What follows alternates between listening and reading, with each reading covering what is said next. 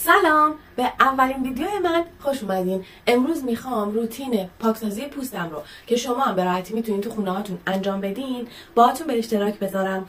پس بزن بریم. برای شروع کار به یه دونه از این هدبندا یا هر هدبند دیگه نیاز داریم که موهامون رو کامل جمع کنه و نذاره بیاد تو صورتمون. یه دونه از اینا میذاریم اول، بعد موهامون رو مرتب میکنیم، اجازه بدیم پاپیونش هم مرتب میکنیم و تمام. برای مرحله بعدی من چون یه مقدار موهای صورتم رشد کرده و اینا، اول میخوام با یک روغن صورتم رو یه مقدار چرب کنم و با تیغ موهای صورتم رو تو جهت رشد خود موها شیف کنم. این روغنی که من استفاده میکنم روغن نارگیل هستش. با کل صورتم پخشش میکنم.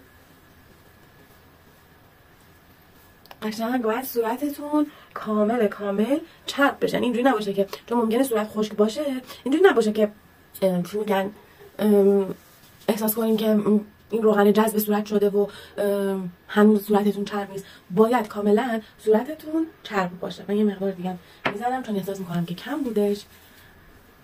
به این حالت قشنگ صورتتون رو و هر جایی که لازمه که شیوش کنین رو چرب کنین. حتی میتونید به بقیه جای صورتتون هم بزنید. به هر حال روغنه و یک سری خاصیت ها داره. آخیش واقعا لذت بخش. خب توی مرحله بعدی من به یه دونه از این تیغ ها نیاز دارم که باید تمیز هم باشه که برای من کثیفه چون قبلا ازش استفاده کردم. به خاطر همین اول تمیزش میکنم با الکل، بعد میرم سراغ شیف کردن موهای صورتم در جهت رویش موها. خب تا صورتتون چرب هست قشنگ پوست رو بکشین و به صورت به این حالتی که میبینید تیغه رو قرار بدین و موها رو شیف کنین. میبینین همینجوری داره میاد پایین. خب ادامه میدم کارو. قشنگ پوست رو بکشین که وقت پوست رو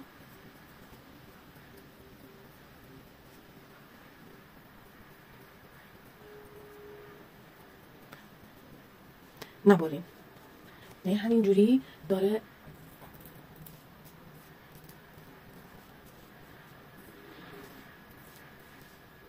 این دو کش بیاد. این دو هم همینطور. میبینین قشنگ تمام موها شیف میشه و اون چربی روغن اجازه نمیده که چی پوستتون اذیت بشه و یا مثلا بریده بشه. حتی این روش خودش یه لایه برداری هم از پوستتون میکنه. هر چی پوست مرده است توی صورتتون همه رو چی از بین میبره. به این حالت. خب تا اینجا من اون شیوی که صورتم نیاز داشت رو انجام دادم. الان میرم صورتم رو میشورم، برمیگردم برای ادامه ویدیو. اونجوری که میبینین من رفتم پوستم رو شستم، قشنگ منافذ پوستم رو تمیز و پاک کردم. توی این مرحله میخوام از اسکراب و لایه بردار استفاده کنم، اما قبلش میخوام این پیله های ابریشم رو بهتون معرفی کنم که خیلی گوگولی و بامزن. ببینین چشم به چه صورته. به این شکله. خدا این شکلیه. خب میخوام با اینا و یه کرم لایه بردار پوستم رو لایه برداری کنم. اما روی محصول چی نوشته؟ میگه که مزایای استفاده: لایه بردار، سفت کننده، آبرسان و جوانسازی پوست، برطرف کننده چین و چروک، پف زیر چشم و جوش های سرسیا و بهبود آسیب ناشی از آفتاب سوختگیه. برای روش مصرفش هم گفته که ابتدا پیله ابریشم رو به مدت 5 الی 10 دقیقه داخل آب قرار بدین، سپس پیله رو درون انگشتان خود قرار داده و به آرامی به صورت دورانی روی پوست صورت خود ماساژ دهید. خب من اینو چند وقت پیش از دیجیکالا خریده بودم. بعد یه بار همینجوری ازش استفاده کردم ولی اصلا بلد نبودم چجوری استفادهش کنم. الان این سری تازه میخوام هم روشی که خودش رو بسته نوشته شده رو به کار ببرم و همین که با یه روشی که خودم تو ذهنمه رو ادغام کنم، با هم دیگه استفادهشون کنم، ببینم نتیجه کار چی عذاب در میاد. حالا من 2 تا از این پیله ها رو برمیدارم. 2 تا هم اندازش رو اجازه بدین انتخاب کنم. فکر کنم این آره 2 تا هم اندازه است. یه دونه ظرف آبم با خودم آوردم میندازمشون توی آب قشنگ. خب آره دارن خیس میشن و به مدت 5 الی 10 دقیقه میذارمشون کنار تا قشنگ خیس بشن. این مرحله شروع میکنم به استفاده کردن از اسکراب صورت و برای این کار من از کرم اسکراب هیدرودرم استفاده میکنم که باید بهتون بگم فوق‌العاده خوشبوه. من چندین بار تا الان ازش استفاده کردم، شارژش کردم و همچنان این اسکراب رو انتخاب میکنم. یکی به خاطر بوی خیلی خوبی که داره، دوم به خاطر اینکه واقعا پوست صورت رو لطیف و نرم میکنه، حتی 1-2 درجه پوست صورت رو روشن‌تر میکنه و اینکه برای انواع پوست هم توی این قسمت نوشته که مناسب هستش. اما یه چیزی که هست، دونه های داخل این اسکراب خیلی ریزه. ممکنه برای مثلا کسایی که جوشهای سرسیاه یا مثلا منافذ پوستشون پر شده و اینا، برای اونا جواب نده. این بیشتر برای کسایی جواب میده که اونقدر جوشهای سرسیاه ندارن، منافذ پوستشون هم خیلی پر شده نیستش. و یه چیز دیگه هم بهتون بگم، اگر پوستتون احساس میکنین که به درمان نیاز داره، حتما به متخصص پوست و کسانی که توی کلینیک های حرفه‌ای کار میکنن مراجعه کنین تا پوستتون رو نجات بدن. خب بریم برای قبل از اینکه بریم برای من میخوام از نزدیک پوستم رو قشنگ بهتون نشون بدم بدون هیچ فیلتری. این پوست منه، میبینین؟ خب و در پایان همه این کارهایی که کردیم دوباره میخوام به همین شکل پوست صورتم رو بهتون نشون بدم. مقدار کافی و لازم از این لایه بردار رو من برمیدارم و میدانم روی صورتم.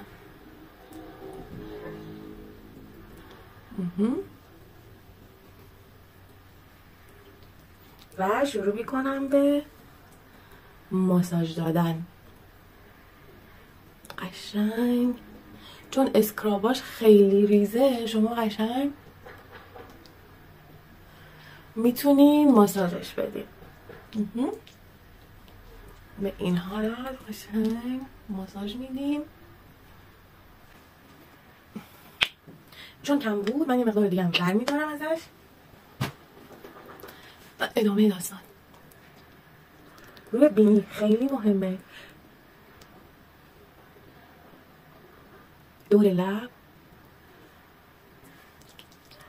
و صورت، پیشونی و گونه ها و این قسمت ها و حتی گردنم شما کسایی که جوش میزنن میتونین استفاده کنین. خب من برم دستامو بشورم و برگردم. کرم لایه بردار روی پوستم کم کم شروع کرده به سوزش. این سوزشه به خاطر اینکه منافذ پوست رو باز میکنه و باعث میشه که با مالش دادن و ماساژ دادن اون منافذ تخلیه بشه. خب اما اگر اولین بار از یک کرم لایه بردار استفاده میکنین یا اسکراب، حتما اول یک کوچولو روی پالا پوست دستتون یا یک کوچولو خیلی کوچولو روی پوست صورتتون تستش کنین، بعد ادامه روند رو برین. من چون قبلا بارها و بارها از این اسکراب استفاده کردم، خیالم راحته که من بهش حساسیت ندارم و این روند کارشه. ممکنه توی بعضیا نتیجه عکس داشته باشه.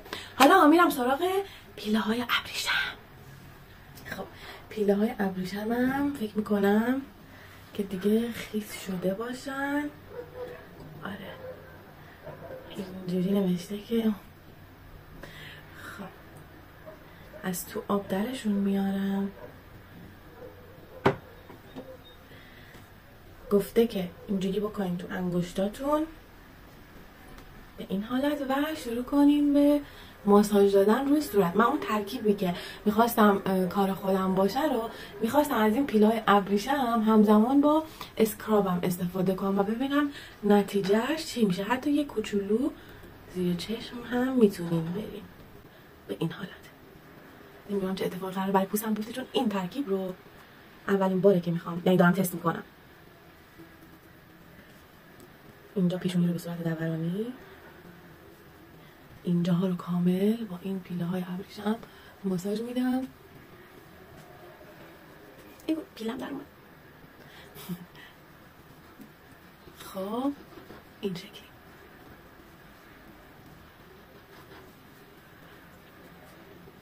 واو. حالا میچرخونمشون این قسمتی که اسکراب نداره رو هم استفاده میکنم. فکر کنم قشنگ داره لایه برداری میکنه. ببینیم اینجا من یه جای جوش دارم. امیدوارم قشنگ تمام اون منافذی که تو پوستم باز شده بود رو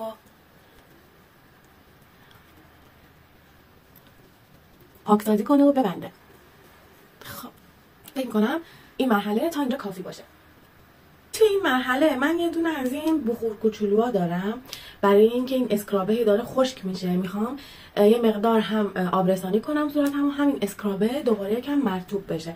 اینا بخور سردن، در واقع آب سرد میریزین توش و به صورت اسپری خیلی ریز روی صورتتون میتونه آبرسان خیلی خوبی باشه. اما من الان یه کوچولو، یعنی به جای آب سرد داخلش آب گرم ریختم. به این حالت ببینید نشون داده میشه قشنگ. خب کل صورت هم اینو اسپری میکنم. راستی اینا شارژی ان. من اینو حدوداً 1.5 سال دارم و فکر میکنم از دیجیکالا خریدمش اگه اشتباه نکنم. یه چیز خارق العاده است دیگه، یعنی شما همیشه میتونید از این استفاده کنید. به جای این اسپری آبرسانی که جدیداً اومدن و آب رو روی صورتتون اسپری میکنن، شما میتونید مثلا کرم های آبرسانتون رو روزانه استفاده کنید و همراهش از این اسپری های آبرسان هم استفاده کنید که همیشه یک رطوبتی روی پوستتون باشه و پوست احساس خشکی و کشش نکنه. میبینید؟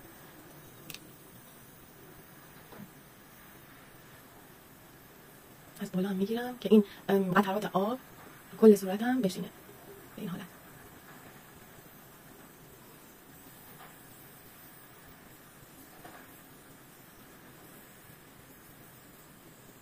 من با بخار سرد صورتم رو یه مقدار آبرسانی کردم، یه مقدار مرطوب کردم این اسکرابی که روی پوستم هستش. الان میخوام از این محصول استفاده کنم، اتو صورت. آره از اتو صورت میخوام استفاده کنم و این لایه برداری که رو پوستم زدم رو با کمک این اتو آروم آروم پاکش میکنم. خب به دستمال کاغذی نیاز دارم.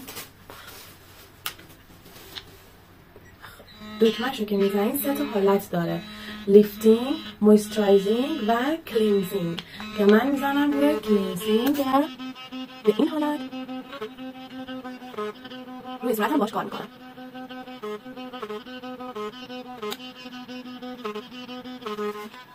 و این من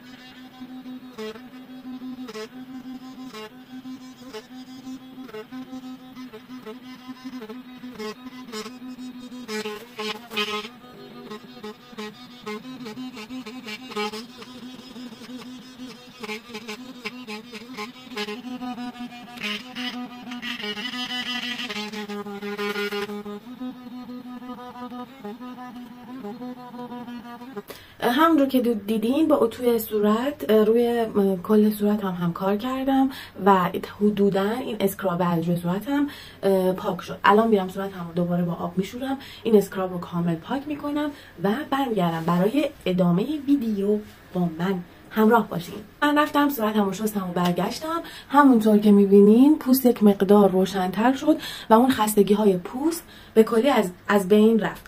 حالا برای ادامه کار من میخوام از بلک ماسک استفاده کنم و این سری برند رنوزیت رو انتخاب کردم. از 1-2 نفر تعریفش رو شنیدم، گفتم خب منم امتحانش کنم ببینم چیه. که گفته باید کامل روی تمام قسمت های پوست زده بشه. اجازه بدیم کامل این ماسک خشک بشه و بعد لایه برداری کنیم. خب بریم ببینیم چجوریه ماسکش. خب واقعا مشکیه، نمیدونم به این حالت بزنیم رو پوست، ولی خیلی مشکی نیستش. گفته کل پوست به صورت یک دست باید پخش بشه، اجازه بدیم خشک بشه و بعد هم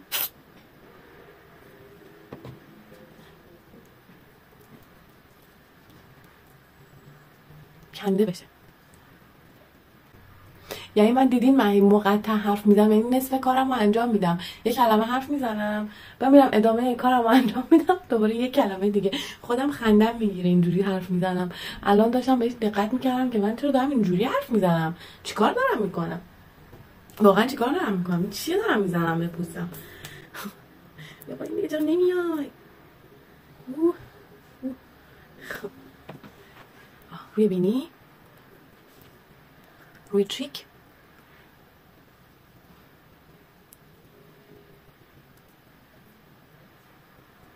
پشت لب، پیشونی. این مقدار برای پیشونی خیلی کمه. دوباره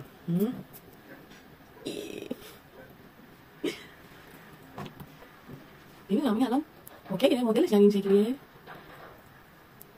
اینقدرم که چسبناکه من نمیدونم واقعا مدلش این شکلیه. تا اینجاها بیارمش، امیدوارم که اتفاقی بدی در پوستم نیفتاد. ولی هر اتفاقی که افتاد قول میدم که نتیجه کارو بهتون نشون بدم. اینجا بینیم نداره اینجا. خب این شما و این حاجی فیروز. حاجی فیروزم سالی روزم. کنم این ماسک کاملا دیگه خشک شد، حرفم نمیتونم بزنم، به سختی میتونم صحبت کنم. امیدوارم فقط کنده بشه.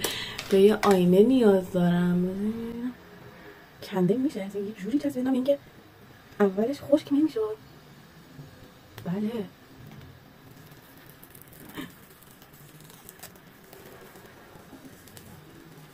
اصلا باورم نمیشه، خیلی باحاله.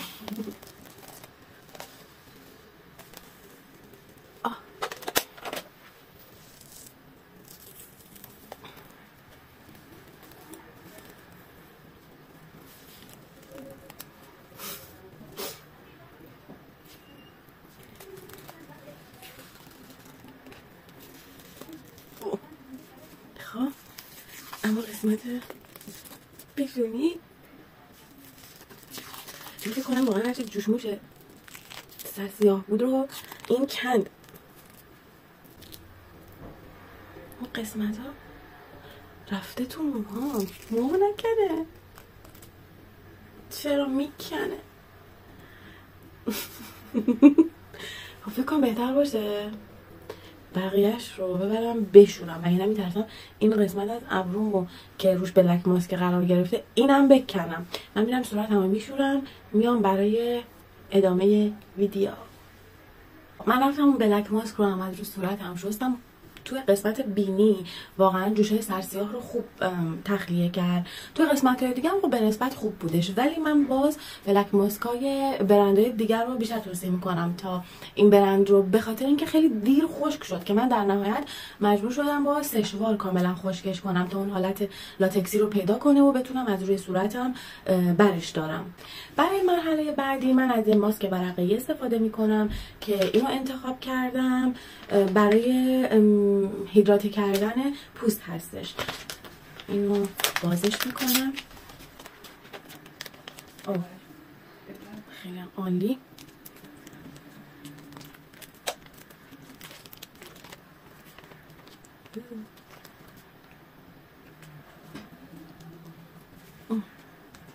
برای آبرسانی پوست صورت، حالا این لایه دوم رو ازش جدا میکنم. من ماسک رو روی صورتم فیت کردم و بهش یه 10 دقیقه یه ربع زمان میدم تا این مواد کاملا جذب پوستم بشه، تقریبا جوری که انگار این ماسک داره به سمت خشک شدن میره. بعد از اون میام ماسک رو برمیدارم و ادامه ویدیو رو با هم دیگه پیش میبریم. این ماسک دیگه تقریبا خشک شد، اگه ببینین داره کم کم دیگه از روی پوستم بلند میشه. به خاطر همین من احساس کردم دیگه اون موادش کاملا جذب شده و میام الان دیگه برش میدارم.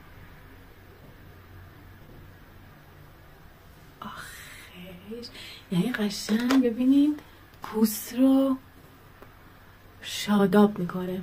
حتما از این ماسک ورقه‌ای ها برای خودتون تهیه کنین و حالا هر وقت تونستین ماهی یه بار، 15 روز یه بار، 2 ماه یه بار ازشون استفاده کنین و اجازه بدین که پوستتون قشنگ آبرسانی بشه. حالا من با یه دستمال کاغذی میام این حالت رطوبت و چسبندگی های روی پوستم رو خیلی آروم فقط جذب میکنم. ببینین وقتی از این ماسک استفاده میکنین یک کششی روی پوست انجام میده، یعنی آبرسانی شده و خیلی حس خوبیه. خب دستمال کاغذی رو من تا میکنم به این حالت و خیلی آروم فقط میچسبونم و جدا میکنم. همین، نه اینکه بکشین روی پوستتون و بخوایم اون مواد رو مثلا بردارین و اینا، نه، فقط میخوام حالت نمناکی و خیلی چسبندگیش رو از بین ببرم به این حالت. خب از اینکه مواد ماسک کاملا جذب صورتمون شد، من میام از یک تونیک استفاده میکنم، از یک تونیک لانکوم استفاده میکنم که برام هدیه آوردنش. اینو خودم تهیه نکردم و تو ایران هم به سختی پیدا میشه. اما اگر کلا اهل استفاده کردن از برندهای خارجی هستین، الان دسترسی ها خیلی زیاد شده و میتونین بگین که براتون بفرستم. در حد چند قطره از این محصول رو به این حالت میریزم کف دستم، یک کوچولو با کف دستم اینجوری پخشش میکنم و میزنم روی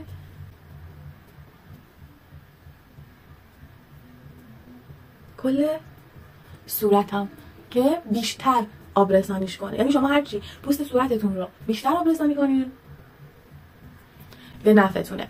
خب اجازه میدم که این تونیک هم جذب پوست بشه و در 1-2 دقیقه زمان میبره. بعد از اینکه جذب پوستم شد، از یک محصول آبرسان دیگه استفاده میکنم. بعد از استفاده کردن از اون تونر، حالا برای اینکه بهش تایم بدیم و جذب پوستمون بشه، من تو این مابین میخوام از کرم دور چشم استفاده کنم برای آبرسانی دور چشم و جلوگیری از چروک شدن دور چشم هستش. از برند، گفتم برندش از برند هیدرودرمه. من چند وقتی ازش استفاده میکنم و به نظرم برای بازه سنی که توش هستم مناسبه، وگرنه کرم های دور چشم خیلی قوی تر هم وجود داره، ولی من احساس میکنم برای بازه سنی این که پوستم رو آبرسانی کنه و از زدن چین و چروک ها جلوگیری کنه خیلی میتونه مناسب باشه. اصولا من به این حالت میزنم که روی هر انگشتم یه کوچولو میزنم، اوکی، به این حالت. خب بعد میام این انگشتام رو به هم دیگه میزنم قشنگ دوتا چیز بشه و به این حالت تاپ تاپ تاپ تاپ میزنم و این کرم رو تقریبا زیر چشمم ماساژ میدم. بالای چشمتون هم میتونین یک مقدار بزنین که آبرسانیش کنه و از افتادگی پوست پلکتون هم جلوگیری کنه. بعد به این حالت این ضربه ها باعث میشه که چی؟ باعث میشه که کلاژن سازی پوست فعال بشه. یعنی در واقع باعث میشه که خون به زیر پوست اطراف چشمتون هدایت بشه. به خاطر همین باعث تولید کلاژن میشه و از پیری جلوگیری میکنه. خب این از این. حالا که کرم دور چشممو زدم و یه نکته رو بهتون بگم، اصولا سعی کنین که اول کرم دور چشمتون رو بزنین، بعد کرم آبرسانتون رو بزنین. که برای کرم آبرسان هم من اینو از برند سیگول انتخاب کردم. توی ویدیوهای قبلی براتون توضیح دادم آبرسان های خیلی زیادی توی بازار وجود داره، هم برندهای خارجی هم برندهای ایرانی، که الان خب قیمت برندهای خارجی برای ما یک مقدار بالا هستش. منم گشتم تو همین برندهای ایرانی و به نظرم این چیزیه که نیازهای من رو برطرف میکنه. حالا شما هم میتونید آبرسان های مختلف رو تست کنین و اون چیزی که نیاز پوستتون هست رو انتخاب کنین. این رو هم من میام یک مقدار ازش رو میزنم و یک کوچولو گرمش میکنم و روی کل پوستم ماساژش میدم به این حالت. اصلا واقعا آبرسانی پوست خیلی مهمه. یعنی نمیتونم بهتون بگم که چقدر توی جوون نگه داشتن پوست صورت میتونه مهم باشه. اوکی، و مرحله آخر اگه اشتباه نکنم، آره فکر کنم دیگه بالاخره رسیدیم به مرحله آخر. من میام از یک بالم لب، حالا به اصطلاح، یا روغن لب استفاده میکنم. اینو چند وقت پیش یکی از آشناهام از تایلند برای من آوردش که چون به زبان تایلندی روش نوشته و اصلا از زبان انگلیسی استفاده نشده روش، یعنی من هیچ چیز به زبان انگلیسی روش نمیبینم که بخونم. اوکی، این چی میگم، من احساس میکنم ترکیب عصاره برنج و روغن نارگیله که هر وقت واقعا ازش استفاده میکنم معجزه میکنه. چربه، اونجوری چسبناک نیست، کاملا چربه، ولی معجزه میکنه و خشکی لبم رو از بین میبره. یعنی اون پوست شدن هایی که روی لب ایجاد میشه، خشکی خود لب یا حتی خشکی اطراف لب رو من وقتی از این کرم استفاده میکنم و میخوابم و فردا پا میشم دوباره کاملا اونا از بین رفته و معجزه میکنه. نتیجه زحمات من توی این ویدیو واقعا پوستم آبرسانی شده و احساس شادابی خاصی نسبت به پوستم دارم. خب دوستان، اینم از ویدیو روتین پاکسازی پوست من. امیدوارم که این ویدیو براتون مفید بوده باشه. اگر شما هم مراحل خاصی رو توی روتینتون انجام میدین یا از محصولات خاصی استفاده میکنین، حتما برام کامنت بذارین. اگر از این ویدیو خوشتون اومد، لایک و سابسکرایب کنین و ممنونم که تا آخر این ویدیو همراه من بودین.